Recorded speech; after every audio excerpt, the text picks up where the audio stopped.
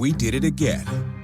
Verizon was just named America's most reliable network by Root Metrics for the 16th time in a row, proving once again that nobody builds networks like Verizon builds networks. That's why we're building 5G right.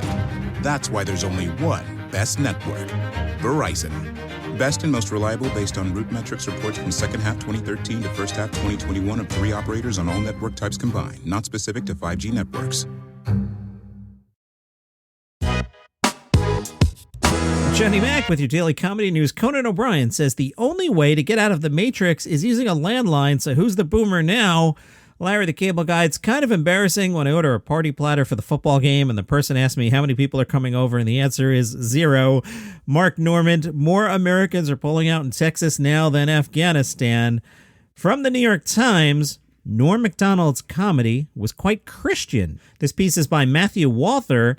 Walther said he was surprised that few of the obituaries of Norm Macdonald mentioned his Christian faith. Norm did not often discuss his personal life, and his mannerisms were so flippant that it was often in doubt whether he had any serious views about any subject. In later years, however, he spoke and wrote at length not only about his belief in God, but also, with more reluctance, about his opposition to abortion, telling Dennis Miller on Dennis Miller's radio show one time, "I don't like saying it because it's unpopular."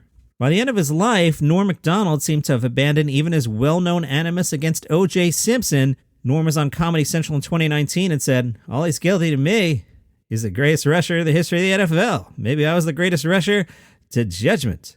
In a set in 2009, Norm Macdonald made a dismissive reference to atheist Bill Maher.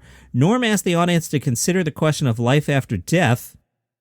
Norm said, "There's only 2 things. You got to look at the evidence that God exists. None. That's not good. Then you go, what's the evidence that God does not exist? None. So they're equal. One of them is for sure right. You just have to hazard a guess at that point. So what do I do if I have 2 choices?" And I go, "What do you got?" The guy goes, "When you die, you get to go up and play a harp on a cloud." Well, goddamn, I always want to play a harp. What do you got? What happens when you die in your plan? They put dirt on you. Asked by Larry King if Norm believed in eternal life, Norm said, "I don't believe it. I have faith. What people don't understand about faith is that you have to choose it." The Laugh Button caught up with Ari Shaffir. They said, "Ari Shaffir, you're known in the comedy circles as being a big champion of fresh new talent. Who are some of your current favorites out there?" This is always a good topic, right? Ari Shaffir said, "Mike Vecchione and Adrian Iapolucci are great comics who need more bookings at clubs. They just have a massive draw, but are like so effing funny, so I'm always looking for ways to put them over. There's a few comics that I try to put over, and it's not about them making friends with me, it's about them being deserving and not getting where they should be. Like Big J Okerson for a while was like that. Like really take care of like how can we get this guy to be financially and creatively free? So we did that with Big J. He's his own guy now. He's free and people know him. Now he's on his own. He's great. A few of the younger people I've seen since the pandemic, actually, Emma Willman and Caitlin Palufo. I just saw Caitlin Palufo a couple times in the last month, and she effing crushes, so she's one. I don't know how long she's been in comedy, but she slays. It's weird. She's like doing this male style of comedy. If you think everything's blurry now with the internet as gender roles kind of break down in society, I think it's kind of breaking down in comedy. So like those stereotypes of chicks talk about this or guys talk about that, you have some of that still, but you have less and less of that. But you can be influenced by anybody now. There's this ballsy, brash, typically a male style of comedy, but I think that might be changing now, and it's just effing funny. When I started, I didn't have cable, so we saw a few late-night spots, whoever's on The Tonight Show. Otherwise, The Laugh Factory had a show on Saturday night on CBS or NBC, maybe Fox. Whoever was on that, I didn't see any specials, so my influences would not have been somebody else's. Somebody else who might have been really versed in stand-up might have had a Carlin or whatever, but I didn't find Kinnison stand-up until I was way into stand-up, and I loved him, but he wasn't a big influence on my stuff as, say, The Simpsons or the comics I saw at the Comedy Store like Don Barris and Bob Oshak and Freddie Soto, the people I saw killing it every night like Joe Rogan, the people I saw there just killing it like Ralphie May. They influenced me more than those other guys, and now with the internet, even when I started, it was like if you missed a Comedy Central special, you missed it, and now everything's online, so you can just watch it again and again if you want. A new comic might now have Mark Normand as their big influence or Big J Okerson as their big influence.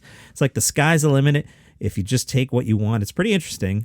Now even the Edinburgh-style hours have kind of blurred in everything, too. Those are being recorded now, so Americans have access to this UK-style comedy. Speaking of UK-style comedy, from MyLondon.com, the Bill Murray Comedy Club, a hidden comedy gem that plays host to Stuart Lee and James Acaster.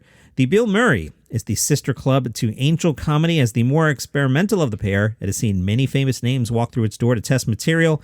The Bill Murray Comedy Club was established after Angel Comedy started a Kickstarter campaign to expand into a nearby pub. They named it the Bill Murray, but they never heard back from American comedian Bill Murray as to whether or not they had his blessing, so they decided to officially name the venue William Murray, 1st Earl of Dysart, who, of course, as you know, was Charles I's childhood whipping boy. The intimate stage and seating arrangement means if you're lucky to snatch some tickets to one of your favorite comedians' secret gigs, you'll be so close you could smell them. Some of those famous comedians that pop in, James Acaster, Ellie Taylor, and Stuart Lee. There's also a stable of regular performers that provide a variety of different comic styles who appear in weekly Friday shows. Speaking of Bill Murray, back in the early 1980s, Bill Murray had a role on a surreal sci-fi comedy that never saw the light of day in theaters.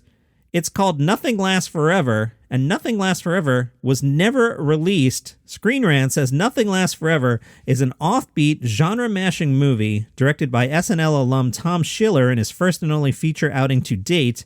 Zach Galligan plays a young man named Adam Beckett who dreams of being an artist, but doesn't know how to go about it or exactly what type of artist he wants to be. To that end, Adam travels to a retro-futuristic New York City that's under the totalitarian control of the Port Authority of New York, which makes aspiring artists prove their worth with a practical exam. Adam's journey takes him to an underground network where he discovers the city's homeless population is actually running the city, and then Adam goes to the moon on a bus serviced by a ticket conductor played by Bill Murray. Screen Rant adds, one might think Nothing Lasts Forever was shelved because it's a bad movie. It sure sounds like one.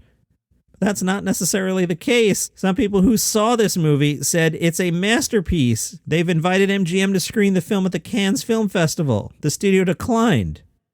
MGM has not given an official reason as to why Nothing Lasts Forever has never been released, but there are a couple theories. One theory is that MGM thinks it's an art film and made clear that's not a compliment. Adding to the film's woes was a truly disastrous test screening, and it seems the studio heads decided to abandon the film after realizing it didn't have commercial potential. Another theory suggests copyright issues could be to blame. Nothing Lasts Forever features a ton of clips from classic films of yesteryear, like Battleship Potemkin, some French film, Intolerance, and that might have thrown up a few intellectual property problems that MGM couldn't overcome.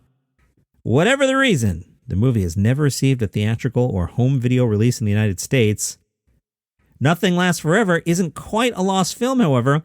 It's been broadcast in several countries, including the UK, Germany, and Italy, and it's been screened at a few festivals and events. I just did 5 seconds of internet research trying to find it online. I failed. Now you want to see it, right? Nothing Lasts Forever. I trust that when BECU says community, they mean business. Because profit is one thing, but people are everything. BECU empowers us to lift our neighbors. From the moment we're ready to share our vision with the community, to the days we're called to lend a hand. We chose to put our business in the hands of BECU because they shared our values. So join us at BECU. Federally insured by NCUA. Find details at becu.org. Where is that energy bill? Meet Carl. Ah, what? Carl is on all fours, peering under his couch with a magnifying glass.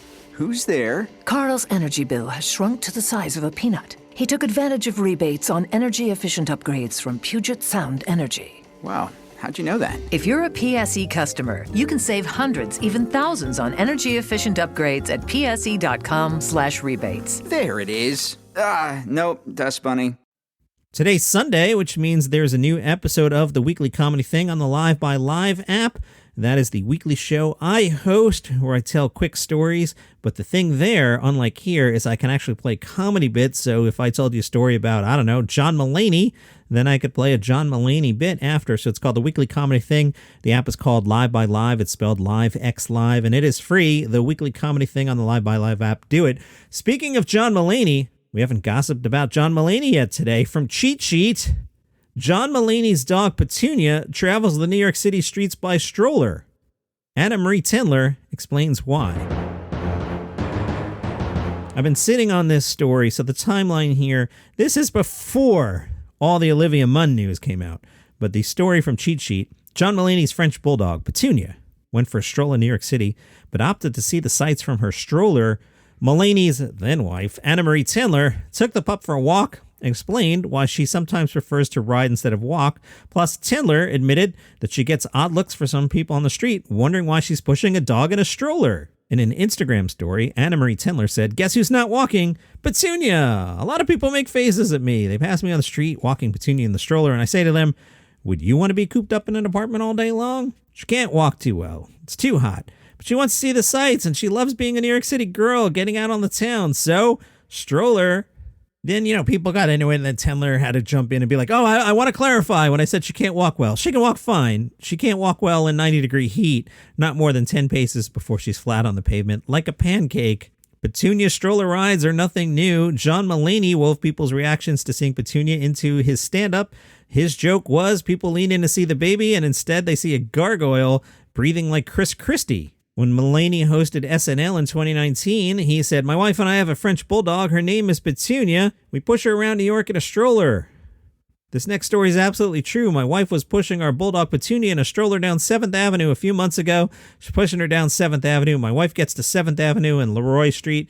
At 7th Avenue and Leroy Street, a car pulls up. Out of the car steps Woody Allen and Soo-Yi Previn. My wife stares at Woody and Soon-Yi. Woody and Soon-Yi stare at a woman pushing a bulldog in a stroller. The four of them stare at each other, and they're all kind of nod to say, none of this is right, and then they went their separate ways. You know who else went their separate ways? John Mulaney and Anna Marie Tindler. Oh, did I just make you feel bad? From The Hollywood Reporter, Jon Stewart was asked how he settled on the title of his new show, which is called The Problem with Jon Stewart. One of the possible titles was The Money Grab with Jon Stewart. Jon said it really came down to the issue with or the problem with, and everyone thought one had a better swing to it. But one of the things I try to tell everybody at the show is we're not going to use everything, and everything's going to help us get to a place that's useful. And that's the thing with the title. It started out okay, people know me from The Daily Show. Do we go monthly? Do we do that? And what are we talking about with the show? It's issues, but people are going to say this. Well, why don't we call it Lower Your Expectations for Jon Stewart?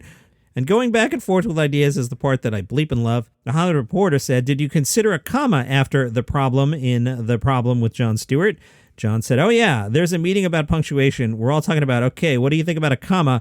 It's the thing that I love exposing with politics, which is everything you see is an intention. Somebody built it. Somebody made a decision. Like in the Iraq War, the whole, we don't want the smoking gun to be a mushroom cloud. That came from a meeting. That was a PR guy, and they had meetings every week to talk about the best way to talk about going to war.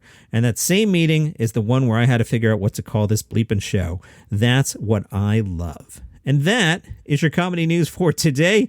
Follow this show on Spotify, Apple Podcasts, Google Podcasts, Instagram at Daily Comedy News, buymeacoffee.com/Daily Comedy News. Catch you tomorrow. You will solve the great mystery. Streaming only on Peacock. This is Robert Langdon. The suspect called him. I teach symbology. He wants me to locate an ancient portal buried within the Capitol. From the author of the Da Vinci Code and Angels and Demons. It's your dad. The people who took him want me to find a piece of a very old puzzle. And executive producers Ron Howard and Brian Grazer. We have to finish this, or my dad is dead. Dan Brown's The Lost Symbol. Streaming now with new episodes every Thursday. Only on Peacock. Ay, qué hambre. ¿Pasamos por McDonald's? Va, ¿qué ordenas normalmente? Una quarter pounder. Ah, eres una burger person. Y unos McNuggets. Ah, eres de las mías. La mejor manera de conocer a alguien deal de McDonald's. Ordena por anticipado por el app de McDonald's y llévate 2 de tus favoritos, como un McNuggets de 10 piezas y una quarter pounder por solo $6. Precios y participación pueden variar. Producto individual a precio regular.